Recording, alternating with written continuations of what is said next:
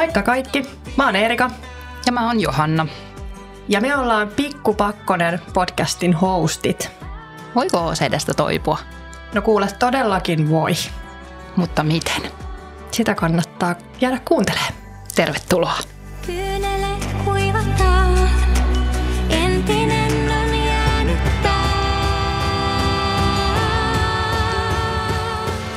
Sosiaalinen media on nyt viime vuosina saanut meidän ihmisten elämässä paljon sijaa ja vaikuttaa meidän elämään. Paljon on hyviä puolia, mitä se tuo ja varmasti myös semmoisia haasteellisia asioita. Ja tänään keskustellaan vähän siitä, että miten OCD:hen tämä some vaikuttaa, että minkälaisia ilmiöitä siinä näkyy. Jos ajatellaan niin kuin vaikka ensiksi somen tämmöisiä hyviä puolia, niin mitäs kaikkea niitä nyt sitten oikein olisikaan? No kyllä mä ajattelen, että somea on kiittäminen pitkälti siitä, että meillä on OCD:stä ylipäätään nykyään jo tietoa ja ymmärrystä. Ja me löydetään kaltaisiamme ja niin kuin vertaistukea.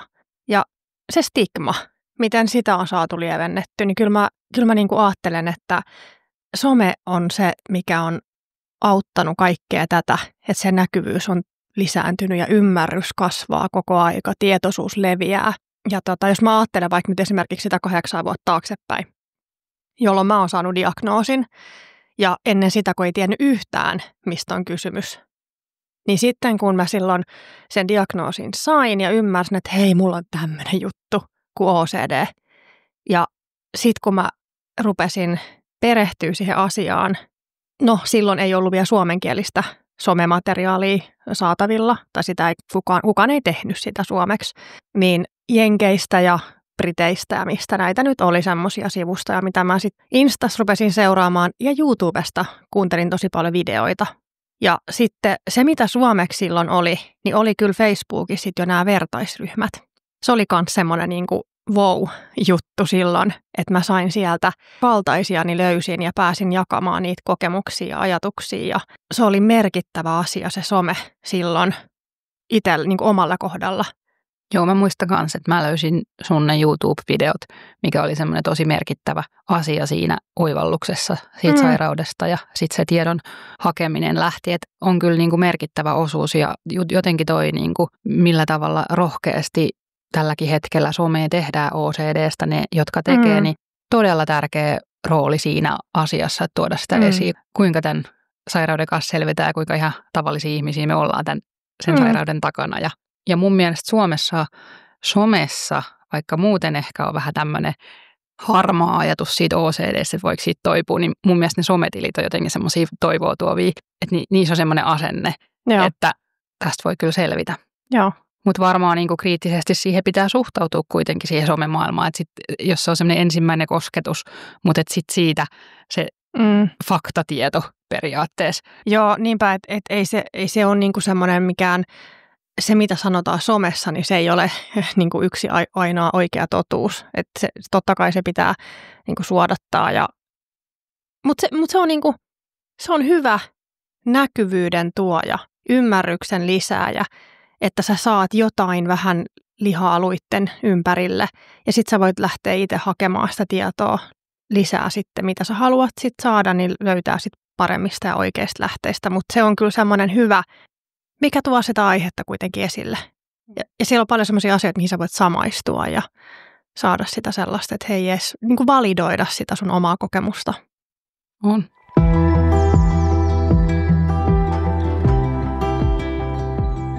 No sitten jos mietitään näitä haittavaikutuksia, että kaikille varmasti somesta on semmoinen oma haittapuolensakin myös, mutta että OCD:ssä ne on omanlaisia ne haittavaikutuksensa. Niin, joo. Niin mitäs kaikkea ajatellaan, että some voisi niinku tämmöisiä negatiivisia puolia tuoda sitten OCD-toipujalle?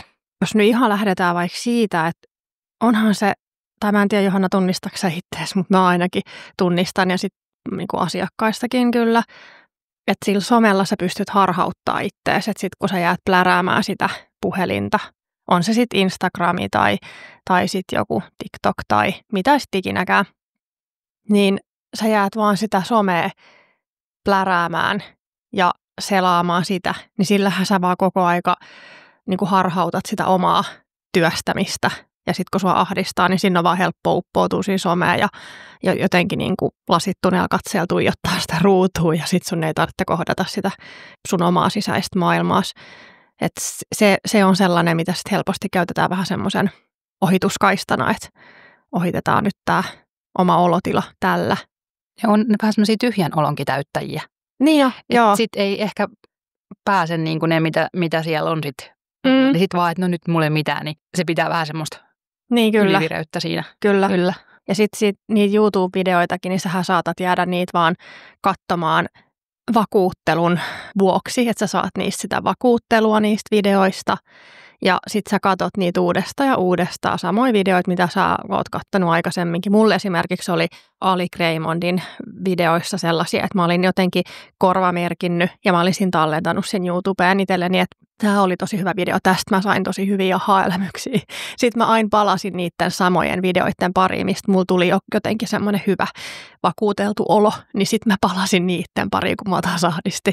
Että kyllä se niinku oli sitä niinku semmoinen itseänsä ruokkiva kehä myöskin, että se samalla piti myös yllä sitä koko hommaa. Se on vähän niin kuin semmoinen kaksipiippunen juttu, että tavallaan se on sulle rohkaisuksi ja semmoiseksi niin kuin toivon tuojaksi ja tueksi, mutta sitten se voi kääntyä jossain vaiheessa sit siihen kompulsioon, siihen vakuutteluun. Että kyllä mäkin muistan, että vaikka jonkun sun videon tai sitten just Ali Greymondin video, niin sitten kun mä olin siinä kohtaa, että valitsenko mä nyt ton tien, että mä lähesin kompulsioiden maailmaa vai valitsenko mä tämän toisen tien, jos mä en lähde, niin periaatteessa olihan se oma tsemppari siinä tietyssä pisteessä, mutta olihan siinä taustalla sitä, että okei, no toi Ali tai Eerika sanoo, että mä voin nyt lähteä tälle tielle, että mun ei tarvi välittää tosta, niin onhan siinä kompulsiivinen niin kuin tarkoitusperäisesti kuitenkin. Että siinä on varmaan semmoinen niin kuin aika taiteilu, että lähteekö tämä kummalle suunnalle. Niin, että onko se niin kuin hyvä vai huono asia. Niinpä, sepä se. Ja sitten jos miettii esimerkiksi vaikka nyt sitä Facebookin vertaisryhmää tai ryhmiä, mitä siellä on, niin ne on hirveän tärkeitä. Siis se on tosi tärkeää ja tekee näkyväksi sitä, että mä en ole yksin tämän asian kanssa. Mutta sitten siellä usein tulee se haaste, että siellä joku kysyy jotakin niin kuin selkeästi semmoinen niin kuin vakuuttelu mielessä. Vaikka se ihminen itse ajattelee, että ei kun mä kysyn vaan ihan koska nice to know, niin se usein on kyllä kuitenkin semmoinen vakuutteluhakukysymys. Ja sitten siellä on toinen joku saman tyyppisestä esimerkiksi kärsivä, niin hän antaa siihen sitten jonkun tämmöisen hyvin kompulsiivisen ohjeen tai vinkin, mikä hänellä on auttanut. Eli joku mikä kompulsio hänellä toimii. Että ne on niinku sellaisia, että sokea rampaa taluttaa, että ne on vähän haastavia juttuja.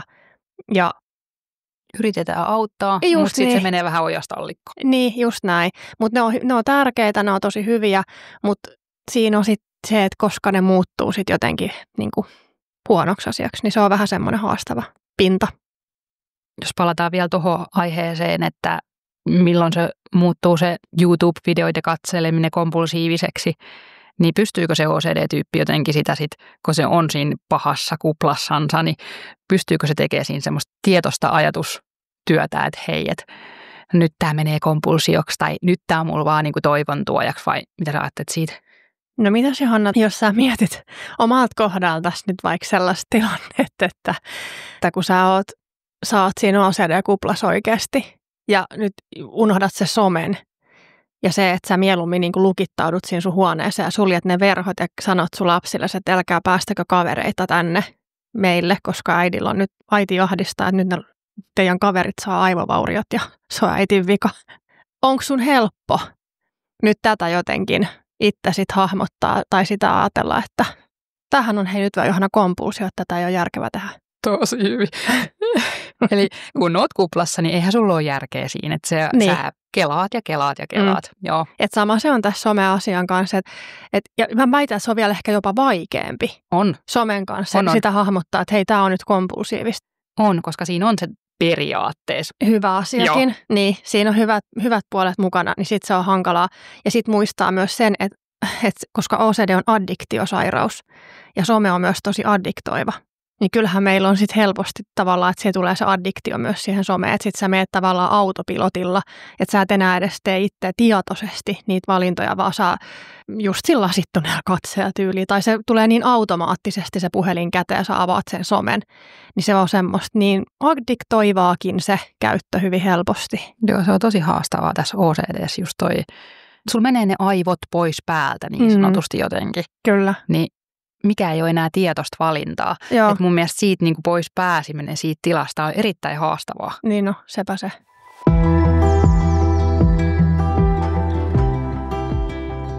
Sitten jos mietitään ihan niin kuin sisältöä, että mitä sisältöä siellä somessa on, niin ei silloin väliä, että mikä OCD-teema sulla on, niin siellä somessa voi olla tosi triggeröivää sisältöä.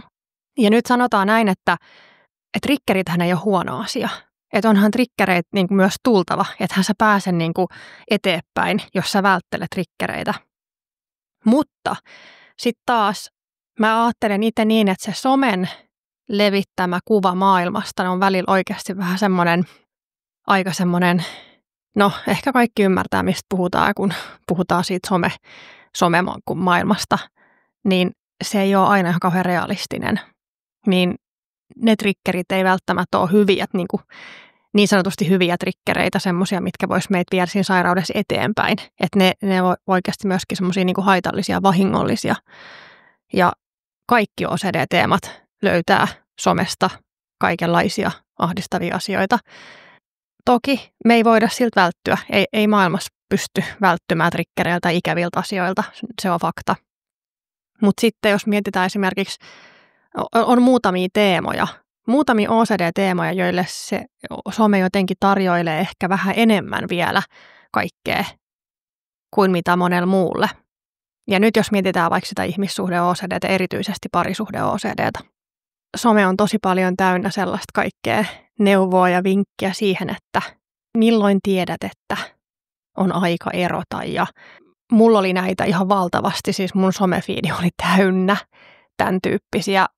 Siis mä muistan tosi elävästi jotain, niitä oli toki ihan suomalaisiakin, siis suomalaisia tosi paljon on myös, mutta mulle oli tosi paljon myös ihan niin kuin ulkomaisia. Sometiläämis englanniksi aina, että 5 signs when you know. Että 5 merkkiä siitä, että sä tiedät, että avioliittosi on päättynyt. Ja sitten siellä oli just tämmöisiä kaikkea, että kun et enää ikävöi puolisoasi, kun hän on matkoilla, tai kun vietät mieluummin aikaa ystäviesi kanssa kuin puolisosi kanssa, tai kun tunnet enemmän ahdistusta kuin iloa. Ja tämmöisiä kaikki oli siis ihan valtavasti. Niin sitä rupeaa, tiedätkö, vertaa itteens ihan hirveästi siihen, että mustakin tuntuu tältä. Mullakin on tällaista. Munkin pitää siis erota. Tääkin eros nyt. Ja sitten siellä annetaan niitä ohjeita ja vinkkejä, että kommentoi DM, niin lähetän sinulle näitä vinkkejä, niin millä pääset eteenpäin ja voit uskallat ottaa rohkean askeleen kohti eroa ja tosi paljon tämmöistä. Mutta sitten on myös se toinen puoli.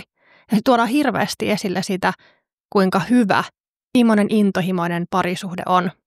Mäkin näin tosi paljon semmoisia, että olin ensin tyytynyt tämän ja tämän tyyppiseen parisuhteeseen ja olin tyytynyt siihen ja luulin, että tässä on kaikki.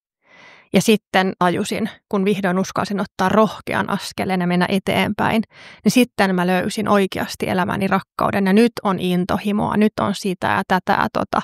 Niin siellä oli tosi paljon tällaista.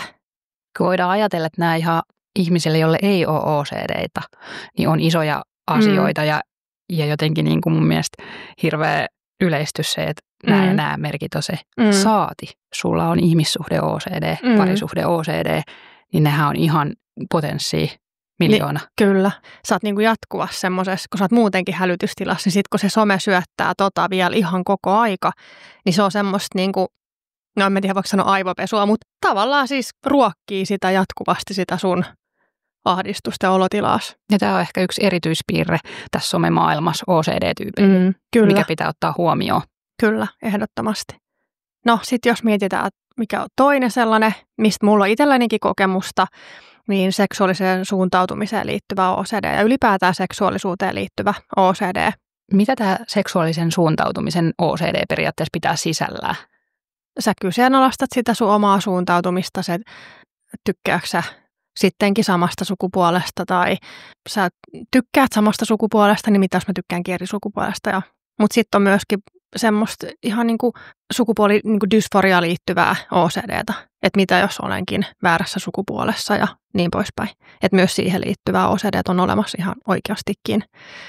Ja mulla se oli nyt nimenomaan sitä, että mitä jos mä oonkin lesbo. Tätä maailman aikaa, kun me niinku mietitään tällä hetkellä ja miten some vaikuttaa siihen ihan samanlainen, mitä siihen parisuhde OCD:hen, niin samanlaisen niin kuin tässä teemassa, niin se some ihan valtavasti ruokkii, triggeröi sitä OCD:tä ihan tosi paljon. Ja enkä mä nyt sano, että tämä on kaikkien tätä OCD-teemaa kärsivän kohdalla samoin, mutta se on mun kokemus. Ja jostain syystä, mä en tiedä, mulla ei ole tähän mitään tilastoa, enkä mä tiedä, miten kollegoilla tai niin kuin muilla on kokemus tästä. Mutta mä oon tehnyt sellaisen huomion, että jotenkin nyt se asia, että kun se on nämä asiat seksuaaliseen suuntautumiseen tai sukupuoleen liittyvät asiat, että ne miten paljon ne on nyt pinnalla ja somessa. Ja tämä ei ole nyt kannanotto siihen, että pitääkö niiden olla pinnalla vai ei. Mä puhun nyt ihan vaan OCD-ihmisen silmin. Niin se, miten ne on nyt esillä, niin mulla on asiakkaita, siis valtaosa mun asiakkaista, joilla on tähän teemaan liittyvä OCD, niin ne on alle 25-vuotiaita ja mulla on tosi nuoriakin, alle teini-ikäisiä. Totta kai on ihan siis niin kuin yli 25-vuotiaitakin, en mä nyt sitä sano, että se on pelkästään niin kuin nuorempien ihmisten, en tarkoita sitä. Mutta niillä nuoremmilla ihmisillä on selkeästi, kun ollaan, tiedätkö, sä vielä mietit sitä, että kuka mä oon, mitä mä oon, sä etsit itseäsi, sun identiteetti vielä kehittyy, niin kyllä se some pistää siihen aika mukavasti semmoisen pienen oman haasteensa mukaan. Että kun sieltä somesta tulee tosi paljon nyt tähän nimenomaan sekä sukupuoleen liittyviä asioita että seksuaaliseen suuntautumiseen liittyviä asioita, niin se on omiaan myös sekoittamaan, jos sulla on se OCD siellä. Ja mä haluan nyt tehdä näkyväksi senkin ja haluan sanottaa nyt tämänkin, että mä koen tämän tosi haastavaksi aiheeksi myös puhua. Se on aika surullista toisaalta, koska eihän tämä teema ole sen kummempi kuin mikään muukaan OCD-teema, koska OCD on OCD, ei siinä ole teemasta kysymys. Mutta mä haluan myös antaa äänen niille ihmisille, jotka kokee tähän liittyvää OCD:tä. Eikä tämä ole kaikkien kohdalla näin, ei kaikki koe sitä samalla tavalla, mutta moni kokee, että siitä puhuminen on vielä tosi paljon vaikeampaa seksuaaliseen suuntautumiseen tai sukupuoleen liittyvät OCD-asiat, koska sen lisäksi, että se OCD on jo sulle haastava, niin sen lisäksi sä joudut tässä maailmanajassa pelkäämään sitä, että sä saat leiman otsaas tai sä saat jonkun sellaisen homofobisen leiman otsaas tai jotenkin niin kuin jonkun rasistisen leiman. Ja siihen tulee niin kuin 2 stigmaa. Se OCD, mikä on sulle jo tosi vaikea, ja sitten se, että sä saat jonkun foobisen leiman otsaas. Välillä mä mietin tässä kristittynä tässä maailmassa tätä suvaitsevaisuutta ja sitä, että suvaitaanko sitä mun maailmankatsomusta ja mun ajatusta ja sitä, että onko se ihan ok ajatella niin, kun mun maailmankatsomus ja vakaumus sanoo. Niin, se on hyvä kysymys ja tämä on tosi vaikea arka aihe.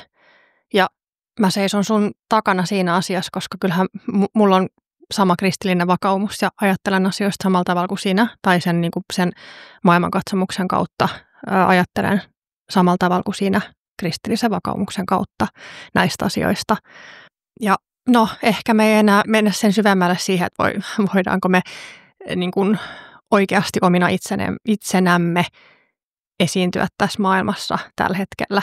Niin ei mennä siihen sen enempää, mutta se mitä mä haluan ainakin nyt sanoa ja korostaa, varmasti pystyn puhumaan meidän molempien puolesta, että eihän meillä ole ihmisillä antaa muuta kuin rakkautta ihan oikeasti. Ja me halutaan kohdata kaikki ihmiset just sellaisena kuin on. Ja oikeasti ei meitä voisi vähempää kiinnostaa, mikä on kenenkäkin niin kuin kokemus seksuaalisuudesta tai sukupuolesta tai mitä ikinäkään. Mua kiinnostaa se ihminen. Se, että ei ole meidän tehtävä tuomit yhtään ketään. Se ei ole meidän tehtävä täällä maan päällä. ei kristittyinä, ei ihmisinä, ei minään. Me ei olla täällä tekemässä mitään tuomioa eikä jakoa niin kuin hyviksi ja pahiksi. Onneksi. Niin onneksi. Ajattele, jos oltaisiin. Nimenomaan, se on ihan hirvittävää. Niin. Siis kauhea taakka kantaa, jos meidän pitäisi jotenkin se jako tehdä, ihan kamalaa. Joo. Onneksi ei tarvi, eikä meidän tarvitse olla niitä tuomareita. Eikä haluta olla tuomareita. Ja minä mun työssäni kohtaan jokaisen ihmisen tasan tarkkaan ihmisenä. Mä oon kiinnostunut siitä ihmisestä. Mä oon kiinnostunut siitä sen OCD:sta, siitä tarinasta. Ei mun tehtävä ole, että jos meillä on erilainen maailmankatsomus, erilainen vakaumus ja ajatellaan asioista eri tavalla, niin mun tehtävä ei ole, enkä mä halua lähteä edes niin kuin ketään muuttamaan mitenkään eikä mitään muutakaan. Mä keskityn siihen OCD:hen, siihen ihmiseen, mikä on se ihmisen tarina ja mitä mä voin kohdata sen ihmisen ja antaa hänelle rakkautta siinä hetkessä. Se on juurikin näin, että yhdyn kyllä niin kuin sun sanoihin, että lähinnä se oli vähän semmoinen tunne, mikä itsellä tuli tästä asiasta, että välillä vaivaa se itseä. Ja se on kyllä tärkeää tuoda esille, koska mä huomaan, niin kuin mä sanoin, että mä huomasin, että mulla nousee tässä, kun tästä asiasta puhutaan, niin tämä ei olekaan yhtäkkiä ollenkaan niin helppo aihe puhua, mitä mikä tahansa muu OCD-teema olisi, mikä on vähän hassua. Niin, itse pelkää jo leimatuksi tulemista. Niin sitä justiin, että sanoinko mä jotain väärin ja kuka nyt loukkaantuu seuraavaksi.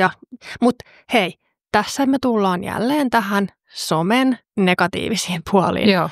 Ja että sitä just nimenomaan nyt, että mitä sieltä voi tulla sieltä somen kautta myös sitä sellaista niin sanotusti paskaa niskaan. Eikä voi yleistää. Että se voi just se, mitä somestakin sä saat sen jonkun vilauksen ja väläyksen, niin ei ole kaikki. Se ei ole koko totuus. Se ei ole koko totuus. Niinpä. Joo.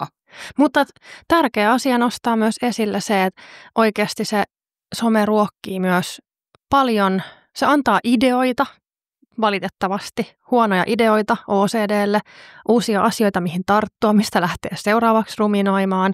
Ja kyllä me eletään sellaisessa ajassa, että kun se some tuottaa niin paljon sitä, niin kyllä meidän lapset ja nuoret on oikeasti pulassa monien asioiden kanssa. Ja kun se herkkä identiteetti siellä oikeasti on kehittymisvaiheessa, niin kyllä tämä on välillä, kyllä se näkyy tuossa mun työssä, että tietyt teemat näyttäytyy siellä nuoremmilla enemmän mitä sitten aikuisilla, mutta ei mulla tosta, niin kuin sanottu, ei mulla ole tästä mitään semmoista tilastotietoa olemassa.